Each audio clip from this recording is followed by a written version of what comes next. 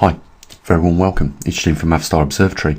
I think you're going to find this video a very interesting one, especially when we start to look at some of the companies that put together the geomagnetic, the state of the geomagnetic field 2023 in December, and have a look at the names behind this. We've got NOAA, CRES, NATO, Defence Geographic Centre and the British Geological Survey. And just in the summary, I find it very interesting what they're talking about. It gives you an idea, the summary does, of what this document is all about. But just look at this. Yeah. The global root mean square error of the World Magnetic Model 2020 increased by less than 10%. So there's a 10% error in the positioning of the magnetic North Pole. That's a shock, isn't it? Because you know what that relates to? Over a 300-mile inaccuracy of the position. Now, based on where they're positioning their magnetic North Pole and where ours is, there's about 220 miles difference. I'm not saying that we're wrong here. I'm not saying that they're wrong over there. I'm just saying that, you know, we're both monitoring the magnetic North Pole, and we've been monitoring it for 5 years now. That puts us in 2019 when we started monitoring the magnetic North Pole. But according to their position, we got an inaccuracy of 6%, which means we're 94% accurate of where the magnetic North Pole is, leaving us with, you know, a comparison to where they're saying it is of 220 miles. If they've got a 10% inaccuracy, that's over 300 miles. Let's have a look at where they're pinpointing thereabouts the magnetic North Pole, and we'll put it on Google Earth and show you, and we'll show you where ours is, and we'll measure the differences so you get an idea. Now these are relying on, as you can see, the Swarm mission, ESA, the Swarm satellites. That's where they're collecting their data from, and I don't know whether their data is at a resolution like ours, but I very much doubt it. We're checking the position every 3 seconds, 24 hours a day, 7 days a week, every single day of the year. We've probably got the biggest data bank now on this anomaly than any other organisation on this planet, every 3 seconds, and we've got millions and millions and millions of data sets from 2019 to right now at this very minute. What we're talking about in this video, every 3 seconds we'll have took a reading and recorded it onto the SD card, and that will go into our stored archive. You know, that's a pretty darn good effort for, you know, a very poorly public funded observatory. We've got a 6% error. ESA have got a 10% error. Think about that. We're 94% accurate, they're 90% accurate. And I've already told you what the inaccuracy will lead to. 10% will lead to an over 300 miles. I haven't calculated it properly, but I know it's over 300 miles. And 6% will lead to possibly an accuracy, and that's based on where their positioning is, by the way. We might be even more accurate than that, but it's very hard to confirm unless you're actually over, you know, the vertical drop of the magnetic North Pole. All we can go on is the 3 magnetometers that track it in the Trimag system. So, you know, our inaccuracy, according to the British Geological Survey, NATO, and all the other companies, NOAA, ours is around about 220 miles from where they're saying it is, and that gives us an inaccuracy of about 6%. So let's have a look at the map and show you what their findings are, and they've got 2 guesstimates of where it could be, you know, and let's have a look at that first. So we're looking at 3 different time sets. One of them, the latest, which is the green dot, is 2025. It's a prediction. The other one, the blue one, is the one from 2020, and the little dot is actually 2024. But you can see the distance in between these two lines, the red, the green and the blue, is the estimation of where they are at the current time. Now I'm going to pull it down so you can get an idea by looking at the continents. So if we imagine from this continent here, this point here, in between this fragmented region here to this continent here, what we're looking at is a line somewhere in between those two, and it will give us the position of where they're putting it right now, and we can put that, you know, within a relatively accurate position, just using what we've got here, line of sight in between these two regions, this one here and this one here. We can get an idea if we draw a line straight in the center of those two from that plateau there. We can get an idea of where they're positioning the magnetic North Pole for 2024 and the predicted one for 2025. Let's go and have a look on Google Earth and see what that looks like. So what we're looking at here is that pointed plateau, or that landmark. Here's that fragmented set of islands, whatever they are, with ice or whatever it is, and here's that little continent here, and we're just putting a line in between the two to find out where it is exactly. The ESA and the British Geological Survey and NOAA are all saying, you know, the magnetic North Pole position is with a 10% inaccuracy. So I'm going to zoom on a little bit. That's the first thing we're going to do. Get to the end of that red line, and I think that's good enough. And let's just pull in to where we are right now at our position and measure that. So if we go to the end of the red line, it's around about 2020 is where they're saying they started measuring it. They're saying, right, where we was measuring it at 2020 is where they're saying it is now at 2024.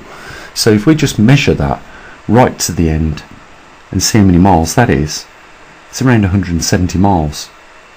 It's actually a little bit more than that. When I worked there, it was 220 last. But that gives us an inaccuracy. An inaccuracy of about 6% based on the British Geological Survey, and they're saying they've got a 10% inaccuracy. So, you know, that could be as much as 300 miles. Let me zoom out a little and just take it up to 300 miles, and we'll see how much of an inaccuracy, you know, they're prepared to accept. So we're at 285, right? 310, yeah, 300, going down. Okay, 300 miles. That's a 10% inaccuracy of where the magnetic North Pole is, and that is way past the mark of what we're saying right now. But that's what you've seen in that documentary, an accepted 10% inaccuracy, which leads to over 300 miles. Remember that, it's over 300 miles. I'm just saying that for a safe bet. And that's based, and ours is based on where their position is currently, which they're saying it's here with a 10% inaccuracy. Ours is a 6% inaccuracy, which leads to about 120 miles or 220 miles or thereabouts. So I'm not saying that their position's wrong, because I think that's unprofessional to do so. I'm saying that, well, okay, I'm saying that they're admitting a 10% inaccuracy in the position, and if that's the case, then our inaccuracy is even less than that. It's 96% accurate. Sorry, 94% inaccurate. Sorry, oh god, I don't know what's happening to my brain today. It's a 94% accuracy with a 6% inaccuracy in the actual positioning. But look at this. Let's say if they was right, for instance. Let's just zoom in and have a look at something important. So, I know it's going to be out of sync when you look at this video, but I think if you go back and have a look again, you'll see what I'm getting at here. Let me get rid of the ruler. We don't need that no more. And Look where the 40-degree mark is, and look where their position is in this region here in around 2020. If that's the case, if they're right and they're accurate, and we're 6% wrong and they're 10% wrong, right, and we are totally wrong, according to them, they haven't reached 40 degrees mark yet down here, and we've already surpassed that according to our readings. In fact, we was 2.5 years ahead of the game. We predicted that we would start to see something happening around the 40-degree mark, and we definitely did last year, didn't we? We saw the pole backtrack westerly, then stop, then forward, easterly, then stop, then forward easterly again, and it's continued easterly now, and it's slightly picked up speed. Now, one other thing I want to mention just before I end the video is that the report today came out in mainstream media that melanomas cancers was on the increase. There was a vast increase in melanomas. There was reported alone in the UK 28,000 cases, and that was on the rise.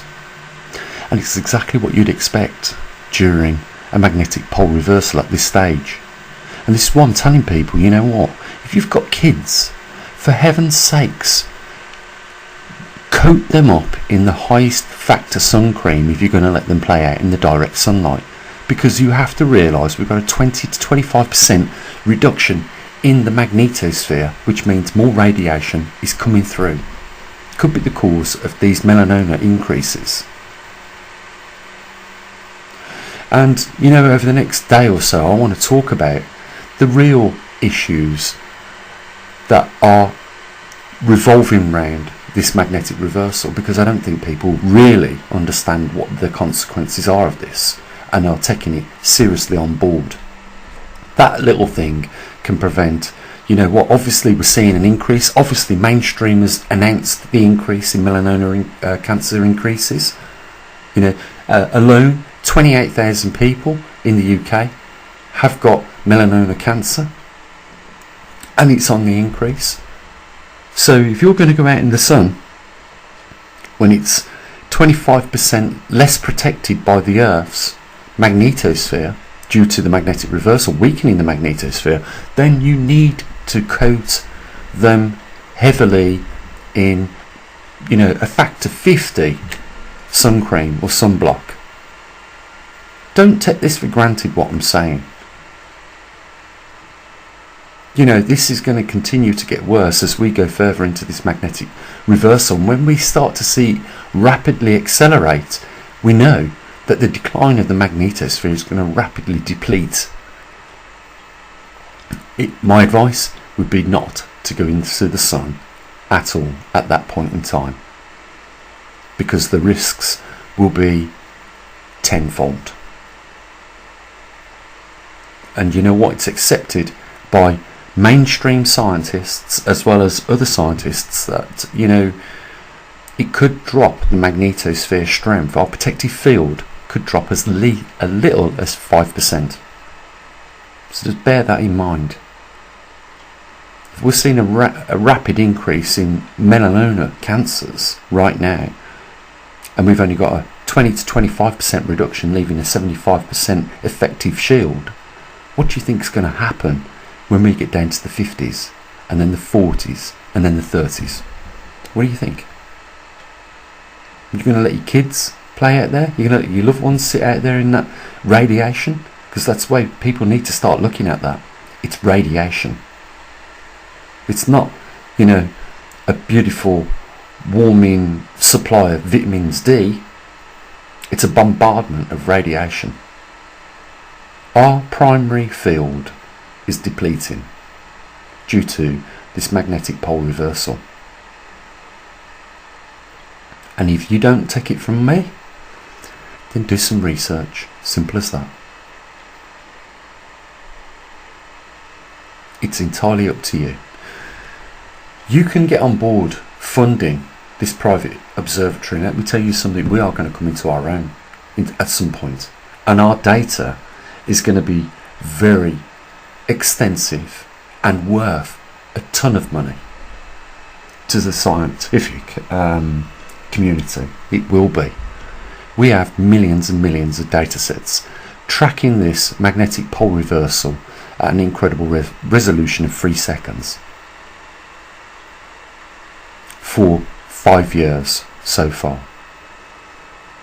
Imagine what that will be worth after this. All the details that will be involved in a magnetic reversal will have been captured in that data that we're collecting. You can be part of that. And from what I've just showed you in this video, you know what, we've got a less inaccurate rate than what the ESA have. Why is that? Why have they got a 10% inaccurate rate when they've got the swarm satellites? How come they've still got a 10% inaccurate rate?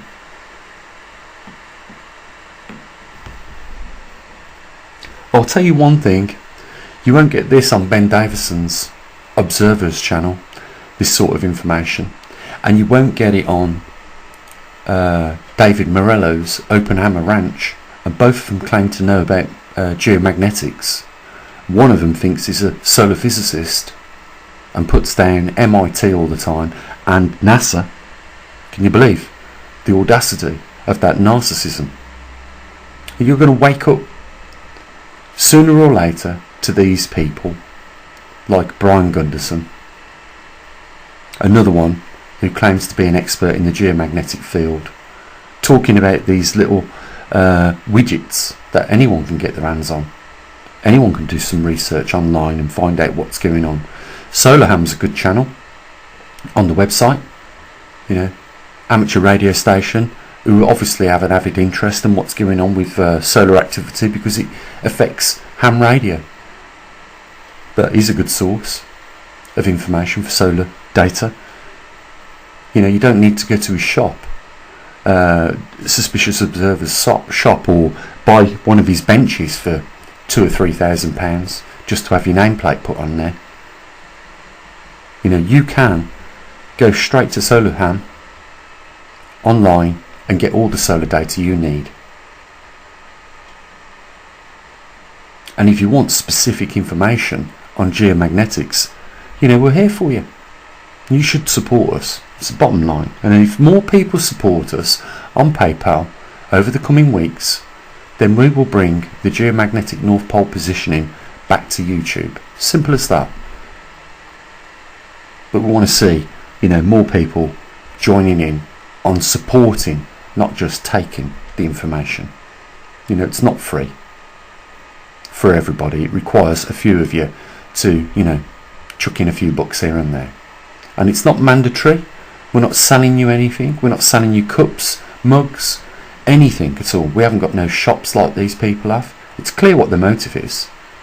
You know, talk about the geomagnetics, talk about the severity of what could happen during a geomagnetic reversal, and then guess what? We've got a solution. You need to prep. We've got the prep that you need to purchase. Come over to our shop. That's what their game is. It's as clear as glass what their game is. No equipment, no qualifications. It's entirely up to you guys. There is a link down there if you want to support not just yourselves getting the information, but those that genuinely can't afford to chip in. Then there's a PayPal link down there, and of course we welcome you over at Patreon, because at the moment they're the ones getting the Earth Alpha glance data and the geomagnetic positioning. Yeah, it's been emotional, guys. I will say, as I usually do, take care of your loved ones. As always, bye for now.